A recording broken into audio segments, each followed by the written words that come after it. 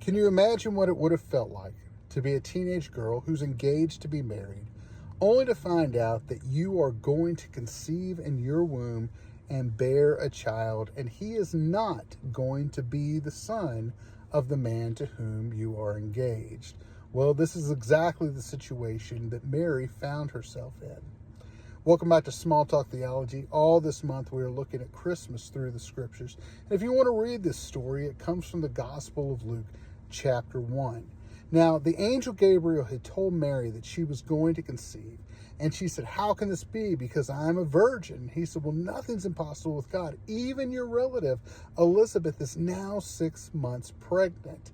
And so she says, "Hey, I'm the servant of the Lord. Let it be to me as you have said." The angel leaves her, and Mary immediately goes to see Elizabeth.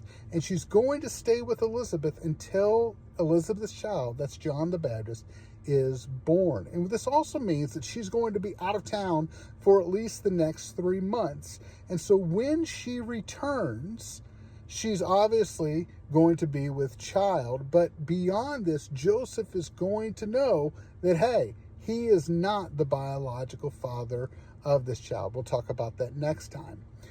What's interesting in this passage is Mary's reaction to this.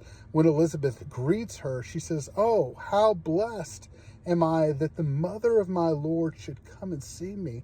And we would expect that Mary would just complain and be like, "Oh my goodness, like it's such a big deal, but look at all this that's happening to me." But she doesn't. She says, "My soul delights in God, my Savior." And she thanks God for his mercy and for his faithfulness. And she says, "From now on, all generations will call me blessed." And that's true, right? Even today, many of our Christmas songs are about Mary. And what I think is just incredible about this is that Mary doesn't see herself as like, "Oh, how awful it is that I am a part of God's plan," but what a privilege it is. And so I also think about us and our hardships and difficulties that God sometimes brings into our lives. We have to recognize that God is always working for our good and for his own glory. And this is especially true in the life of Mary, right?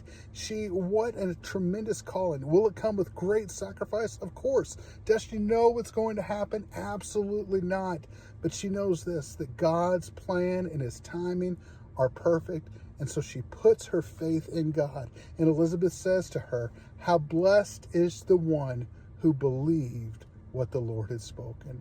All right, well, if you've enjoyed this content, be sure to follow it. God bless you guys. Live for Jesus. Merry Christmas.